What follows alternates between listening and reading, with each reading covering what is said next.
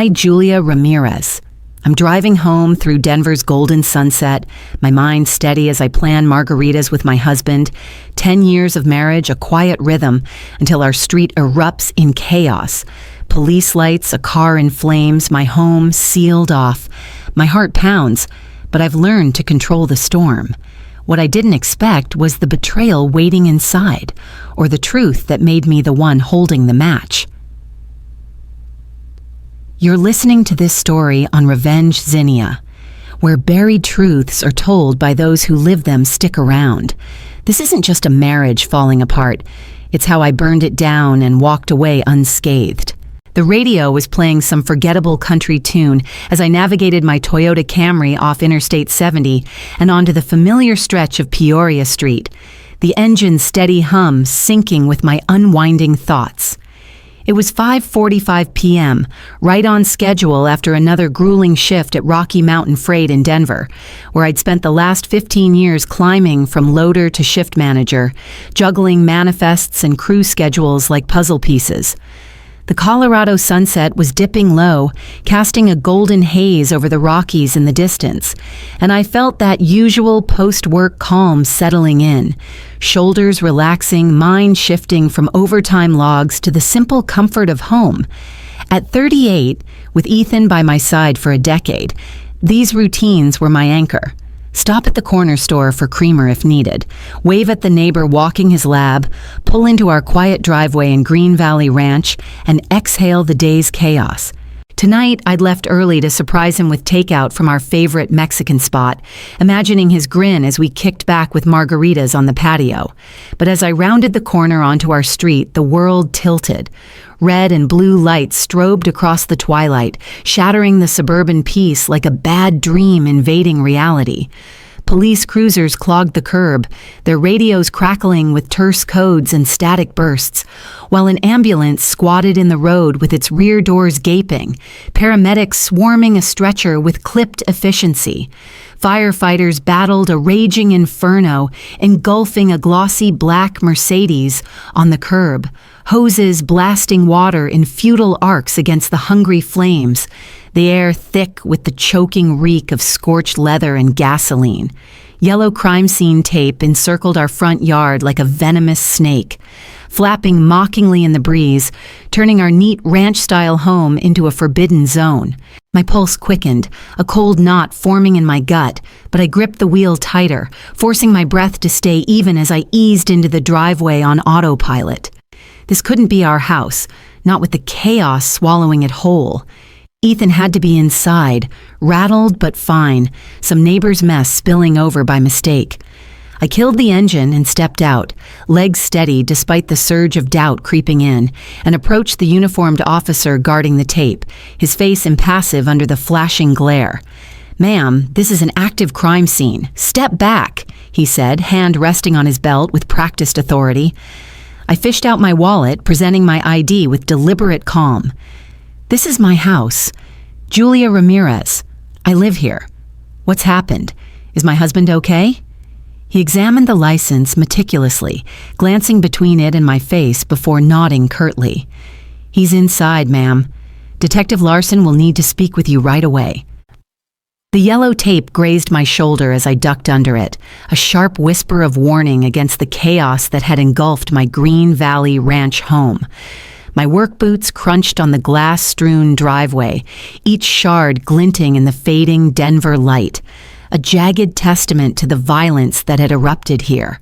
Officers swept flashlights across the lawn, marking bloodstains and tire tracks with orange cones, while firefighters coiled their hoses, leaving the blackened husk of Vanessa's Mercedes smoldering under a tarp, its acrid smoke curling into the dusk. My pulse quickened, but I kept my face impassive, drawing on years of managing warehouse crises at Rocky Mountain Freight. Panic was for amateurs. Control was my currency, and I wielded it with precision. I'd left work early to surprise Ethan, my husband of 10 years, with dinner. Thai takeout, his favorite, and a bottle of Merlot to soften the edges of our recent distance. Our marriage hadn't been perfect, but we'd built something solid, or so I thought. A cozy ranch-style house, weekend hikes in the Rockies, quiet nights planning a future we both believed in. Now I'd walked into a nightmare, red and blue lights pulsing, an ambulance wailing as it carried a bloodied woman away, our home cordoned off like a crime scene from a cop show. Detective Ellison met me at the porch, her tall frame slicing through the twilight. Mid-40s with a sharp bob haircut and eyes that scanned me like a barcode, she exuded authority in her gray blazer. Badge clipped to her belt, notebook already open. "Mrs. Ramirez, Julia." Her tone was calm but probing, testing for cracks. I handed over my ID before she could ask, proactive as always, and said, "What's happened? Who was on the stretcher?" She took the ID, glanced at it, and handed it back, insisting on my whereabouts first. I laid it out. 38, shift manager at Rocky Mountain Freight off I-70. Started at 9 a.m. with inventory audits, led a noon briefing, wrapped up by 4:45. I'd punched out at 5 hours, eager to surprise Ethan, and the time clock logged it. Security cameras covered every exit, front gate, loading dock, employee entrance, and my supervisor, Karen Tate, plus 8 crew members, could confirm I was on the floor, barking orders until the last pallet was stacked. I offered the office's number for immediate verification, my facts aligned like cargo ready for inspection. Ellison's pen scratched against her notebook, her eyes flicking to mine. Had I driven straight home? I had. Peoria to 48th, then Maplewood, a 25-minute route etched into muscle memory. I'd arrived around 5:30, saw the lights, and approached the officer. She nodded, promising to verify, then dropped the name, Vanessa Barnes. It tugged at a memory. Ethan mentioning a Vanessa from his firm, a coworker in accounting, tossed out casually over dinner 6 months ago when we were still laughing over shared plates of pad thai. I told Ellison I knew her vaguely just from his passing mentions and asked why she was here. Ethan claimed she'd dropped by unannounced with work documents, sensitive client files that couldn't be emailed. He'd heard screams around 5:45, found her beaten in the driveway, her car ablaze, and called 911. Ellison leaned closer, eyes narrowing like a predator sensing weakness. Did colleagues visit often? I shook my head, my frown genuine. Ethan was a planner, scheduling everything. Client meetings, our grocery lists, our annual Breckenridge ski trips. Unannounced visits weren't his style, and a woman showing up in a Mercedes felt wrong, like a gear grinding out of sync. Ellison pressed, "How wrong?" I let the puzzlement show, keeping it measured. He'd have told me, I said. Work stays at work. A woman I barely knew in a luxury car at our house? It didn't add up. She wasn't satisfied, her questions sharpening. Any marital issues, exes, or rivals who'd target our home? I insisted there were none. 10 years married, no enemies, just the usual Denver grind of mortgages and long shifts. But doubts sprouted like weeds. Why a Mercedes? Why the targeted fire? Our marriage had its strains, my late hours, his client dinners that stretched past midnight, but nothing to warrant this. Ellison's gaze lingered, skeptical as she described the attack's brutality. Likely a bat or pipe, gasoline used to torch the car. Not random, she said, requesting phone records and home security details. We had no cameras, just a motion sensor porch light, I told her, but my work alibi was solid. Check it, I urged, my eyes flicking to the garage where a baseball bat hung on its peg, unnoticed by the officers. A fleeting thought crossed my mind. Consequences come for everyone. Ellison told me to stay available, her tone heavy with implication, and let me enter the house.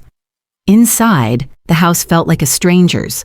Officers in gloves dusting for prints, photographing Ethan's boot rack by the door, their presence tainting the space where we'd built a life. I thought of our wedding 10 years ago, under a golden Colorado sky. Vows exchanged with the Rockies as witnesses.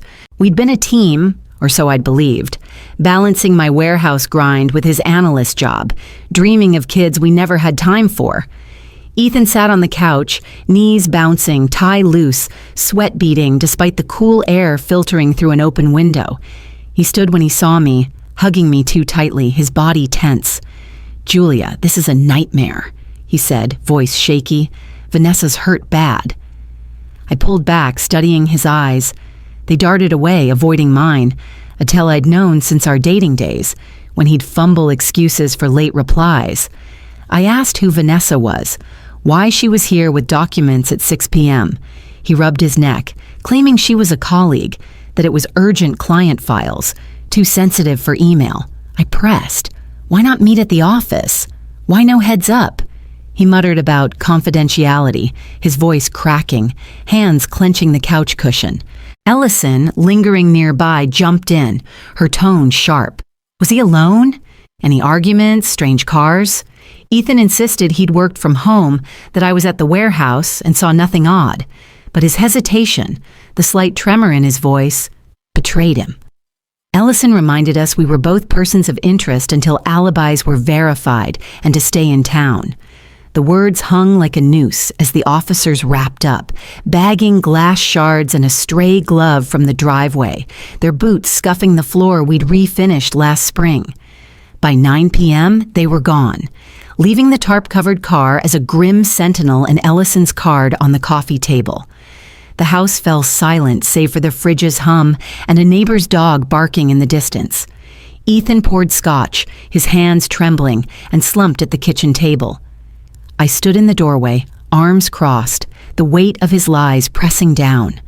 "Talk," I demanded, my voice colder than I'd intended. He took a swig, wincing, and repeated his story. Vanessa was a work friend. The attack random, maybe a carjacker targeting her Mercedes. I stepped closer, eyes locked on his. Random in our driveway with him home alone? He was sweating, fidgeting, a liar caught in his own web. I demanded his phone. He hesitated, muttering about trust, but the pause was damning. I grabbed it, unlocked it with our anniversary code, a code that now felt like a mockery, and found VB, hearts, miss you, plans for hotel meetups at the Brown Palace, dinner reservations at La Mer, a jewelry purchase I'd never seen.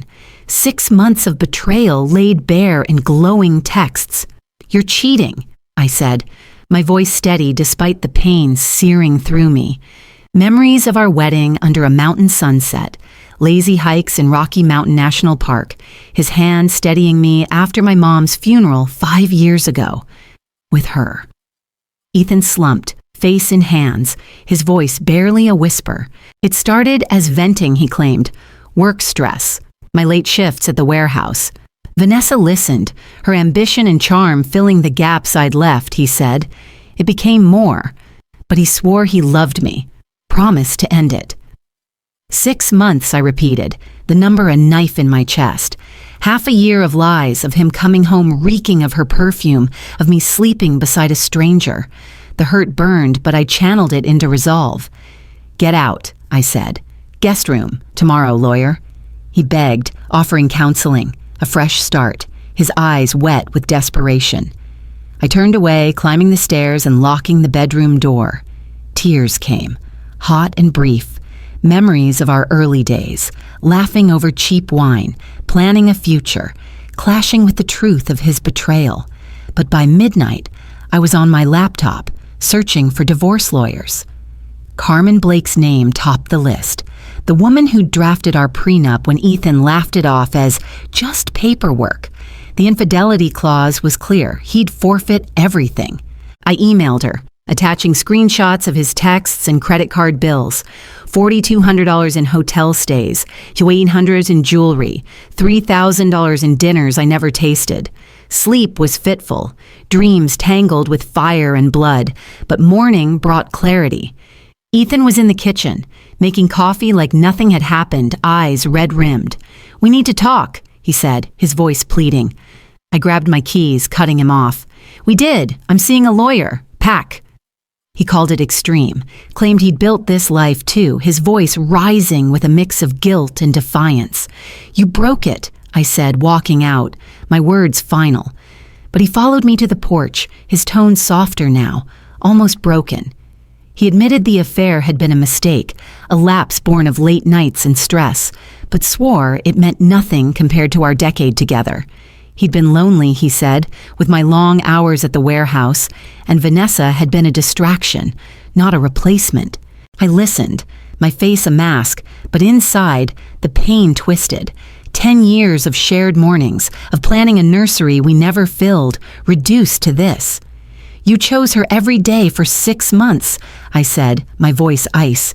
You don't get to choose me now. He stood there, silent as I drove away, the Rockies looming in the distance like silent judges. The drive to Carmen's downtown office blurred past Denver's skyline, traffic a distant hum against my racing thoughts. Her office was a fortress of power, glass walls, leather chairs, a view that screamed control. Late 50s, sharp suit, sharper mind. Carmen reviewed my USB of evidence, her expression unyielding. The prenup was airtight, she said. Infidelity meant Ethan forfeited spousal support and asset division. The house, bought with my late mother's inheritance, was mine, untouchable, under Colorado law. My savings, built from years of overtime at the warehouse, and my retirement fund were protected.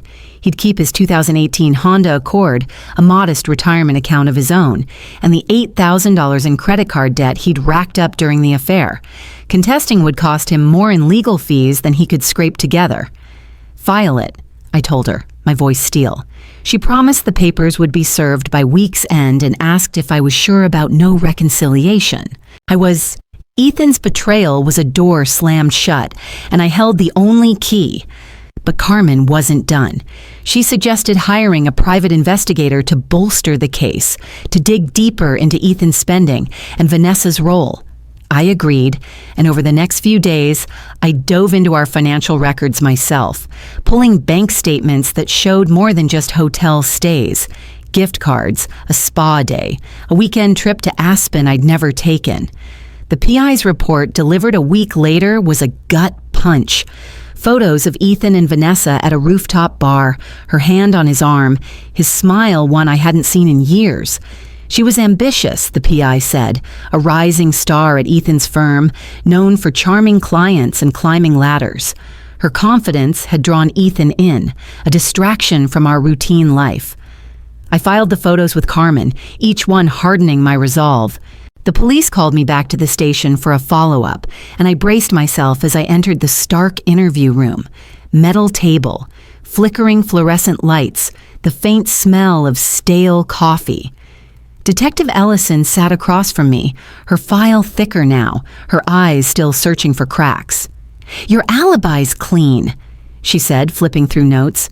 "Cameras show you leaving work at 5 rowings. Logs confirm it, and your co-workers, Karen Tate, 3 loaders, 2 clerks, back you up. You're no longer a person of interest." I nodded, keeping my expression neutral, and asked if there were any leads. She leaned forward, voice low. "The attack wasn't random," she said. "The bat came from our garage, the gasoline from our shed. No fingerprints, but the precision suggested intent. A neighbor reported seeing a figure in a hoodie near the driveway at 5:40, but no clear description. Ethan's story was shaky. He dodged questions about Vanessa, claiming she was just a colleague, but faltering when pressed on how often they met outside work. "He says you two are solid, but his phone records show late-night calls to her," Ellison said, watching me closely. "Know anything about that?" I shook my head, face blank, insisting he'd only ever called her a coworker. Inside, my mind raced. Ethan's lies were unraveling, but I had to stay steady. Ellison frowned, unconvinced, but admitted the case was cooling. No witnesses, no DNA, just a burned car and a battered woman. "Whoever did this was careful," she said, letting me go. I left the station, my secret locked tight. The weight of my actions a quiet thrill rather than a burden. Back home, I watched from the window as police returned to comb the driveway again, their flashlights glinting off the asphalt where Vanessa's car had burned. They found nothing new. The bat wiped clean, the gloves I'd worn long gone, burned in a dumpster miles away. My alibi, cameras, logs, witnesses, was a fortress. Ethan had moved to the guest room, his suitcase half-packed, his presence a ghost in the house. The next morning, he tried again, cornering me in the kitchen as I poured coffee.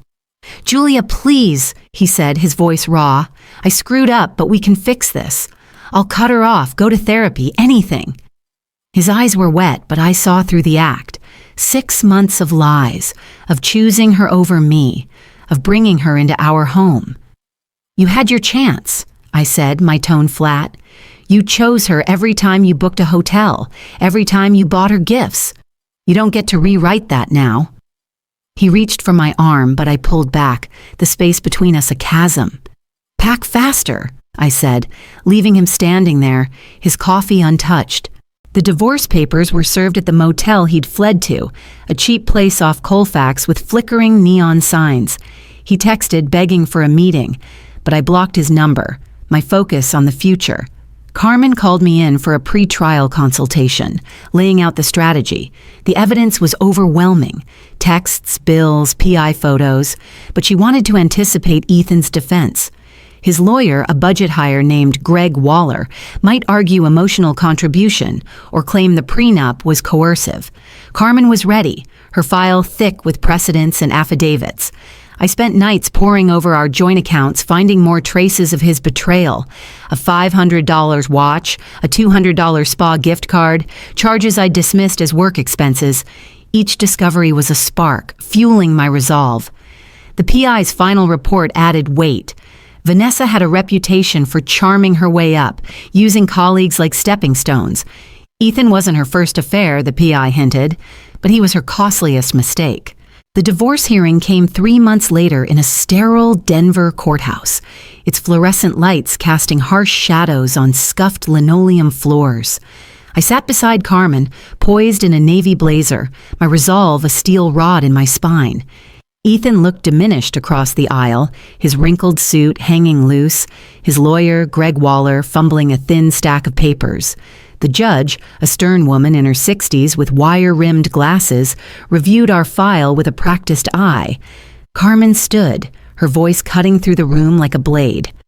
"Your Honor, the 2015 prenuptial agreement voids Mr. Ramirez's claims due to proven infidelity. Evidence includes $4,200 in hotel charges at the Brown Palace, $1,800 in jewelry purchases from Tiffany's, $3,000 in dinners at upscale restaurants, photographs of the couple together, and text messages confirming a 6-month extramarital affair with Vanessa Barnes." She slid a thick folder across the bench. My months of evidence gathering laid bare. Screenshots, receipts, the hotel keycard from Ethan's jacket, PI reports detailing their rendezvous. Waller stood, his voice unsteady. "Your Honor, Mr. Ramirez acknowledges a lapse in judgment but seeks $30,000 from joint savings for equitable contribution to the marriage, emotionally, if not financially. The prenup's terms are overly punitive, signed under pressure a decade ago." Carmen didn't flinch. "The savings are entirely Mrs. Ramirez's earnings from her role as shift manager at Rocky Mountain Freight," she countered. "The house was purchased with her inheritance, untouchable under Colorado law. Mr. Ramirez accrued $8,000 in credit card debt from his affair, which he alone must assume. The prenup was signed with full consent, reviewed by both parties' counsel." Ethan leaned forward, his voice cracking across the aisle. "Julia, don't do this. I made a mistake, but I don't deserve to lose everything." The judge silenced him with a sharp look. "Mr. Ramirez, address the court. Do you dispute the evidence?" He slumped, shaking his head. "No, Your Honor." The judge's gavel fell like a guillotine. "The prenup is upheld. Mrs. Ramirez retains all assets. Mr. Ramirez assumes the marital debt and retains his personal property." I walked out of the courthouse, the weight of victory settling over me like a warm coat. Carmen shook my hand, her smile rare but genuine. "You're free," she said. I drove home, the Rockies looming in the distance, their permanence a mirror to my resolve. That night, I sat in the living room, the silence no longer oppressive but liberating. I poured a glass of Merlot, the bottle we'd saved for a special occasion that never came, and toasted myself, not just for the legal win, but for the secret I'd kept. Ethan's texts stopped after the hearing, his number blocked, but gossip reached me through mutual friends. His firm fired him weeks later, clients deeming him a liability after the affair scandal leaked. He moved into his cousin's basement in Aurora, a damp, cramped space with a leaking pipe, scraping by on gig work. Delivering food for apps, his analyst career a distant memory. A former friend spotted him at a job interview, sweating through a cheap suit, rejected for lack of references.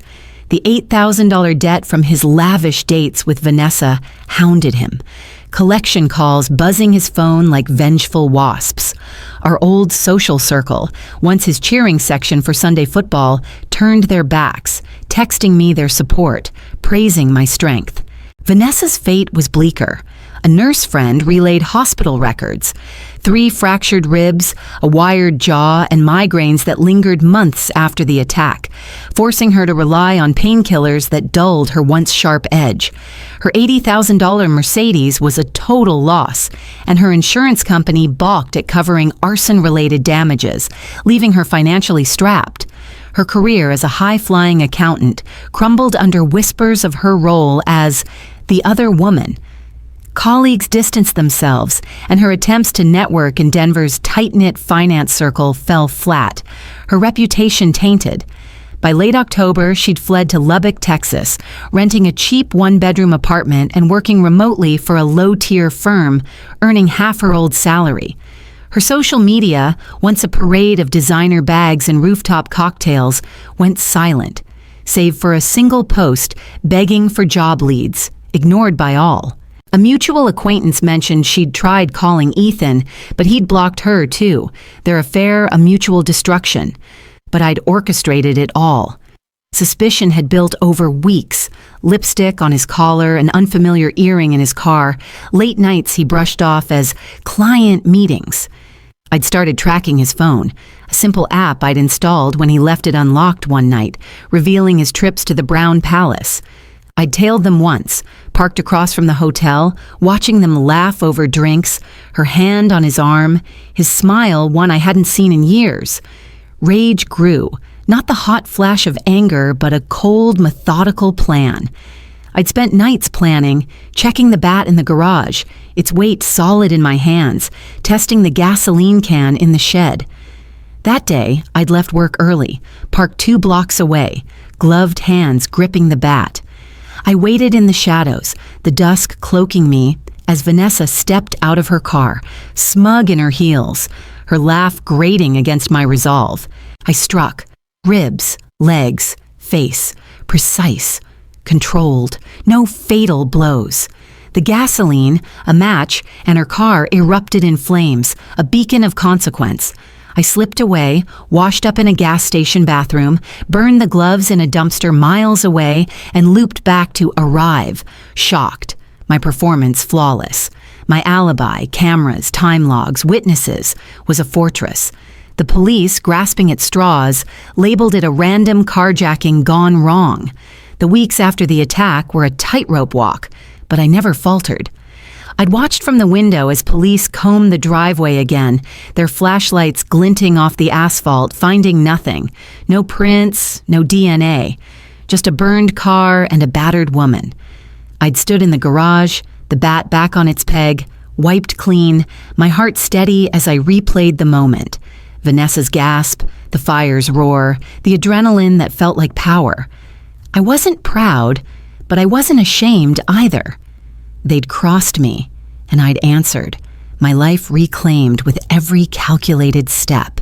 Now, with the divorce finalized, the house mine, my future secure, I stood untouchable, every piece of my world shaped by my own hand.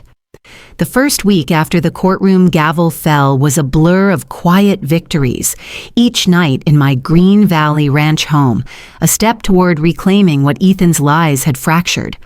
I'd walk through the house, still expecting his boots by the door or the faint echo of his excuses, but found only silence. A silence I grew to cherish. 6 months later, that silence has become my rhythm, a steady exhale after a decade of holding my breath. My home, once a battleground of flashing police lights and betrayal, is now a sanctuary, its walls free of the weight of his deceit. I wake each morning to Denver's autumn hum, the Rockies glowing faintly under a crisp, golden dawn. The king-size bed, once crowded with shared dreams now shattered, stretches wide, embracing me in a solitude that feels like freedom. I pad downstairs barefoot, the hardwood floors cool and polished, cleansed of Ethan's clutter or the imagined trace of Vanessa's perfume.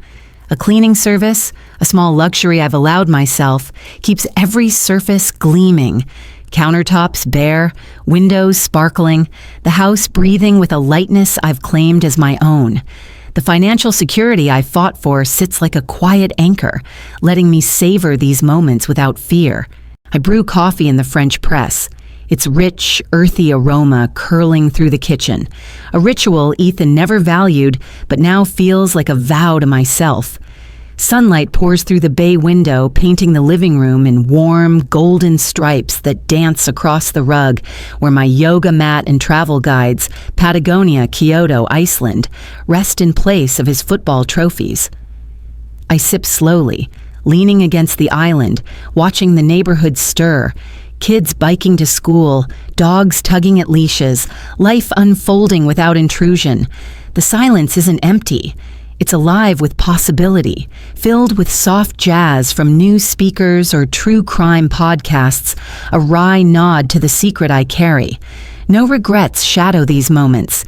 Ethan's betrayal, Vanessa's intrusion, they were a fire I turned to my advantage, leaving me sharper, whole. I don't dwell on the bat's weight in my hands or the flame's roar. They were tools, not burdens, a means to carve my path. Their consequences, Ethan's ruin, Vanessa's scars, are proof that justice, whether by law or design, finds its mark. Ethan's life, I learned last week from a mutual friend, is a shadow of itself. He showed up at a bar we used to frequent, disheveled, begging for a chance to apologize. But I'd already blocked his number. He's still in his cousin's damp Aurora basement, delivering food for apps, his analyst career buried under the scandal's rubble. Friends who once cheered his bets now shun him, their texts to me praising my strength. Vanessa's fall is quieter, but no less stark. A former colleague saw her post on social media, a desperate plea for old contacts to vouch for her skills, ignored by all. She's in Lubbock, Texas, holed up in a cheap apartment, her days marked by painkillers for lingering migraines and a low-paying remote job. Her once glossy life, all designer bags and rooftop cocktails, is a ghost town. I feel no guilt, only a quiet thrill that my precision outplayed their recklessness, their choices sealing their fates while I walk free. The future stretches like the open Colorado sky, vast and unclouded. At 38, I'm rediscovering the woman who hiked solo in the Rockies, who dreamed big before marriage dulled her edges. I've booked a trip to Iceland next spring, chasing the northern lights flicker, or maybe Japan, wandering temple paths under cherry blossoms. Work at Rocky Mountain Freight hums along, but a regional manager role looms, or perhaps a consulting side hustle, leveraging my logistics expertise. Love? I'm open. A hiker's laugh at the gym last week sparked something light, not need but possibility. I'm my own anchor, my own spark. As evening drapes the neighborhood in crimson and indigo, I pour a Napa Valley Cabernet, its ruby hue catching the fading light. Standing by the window, I watch the street settle. Families tucking in, porch lights winking on. A smile curves my lips, born of triumph, not malice. I lock the front door, the click sharp and final, sealing the past. Upstairs, the bed waits, vast and unshared. I slip under the covers, the house's silence a warm embrace. Sleep comes deep, dreamless, carrying me toward a tomorrow shaped by my will, unmarred by regret. So, we've reached the end of today's story. Was it what you expected, or did it take a twist you didn't see coming? I'm curious to hear your thoughts. Share them in the comments below, and let's get a conversation going. If this story kept you hooked, make sure to hit that like button. And if you're new here, or just haven't subscribed yet, now's the perfect time to join our community. I bring you fresh, captivating stories every day, so click that subscribe button and turn on notifications so you never miss out. Thanks for watching, and I'll see you in the next one. Thank you all for listening.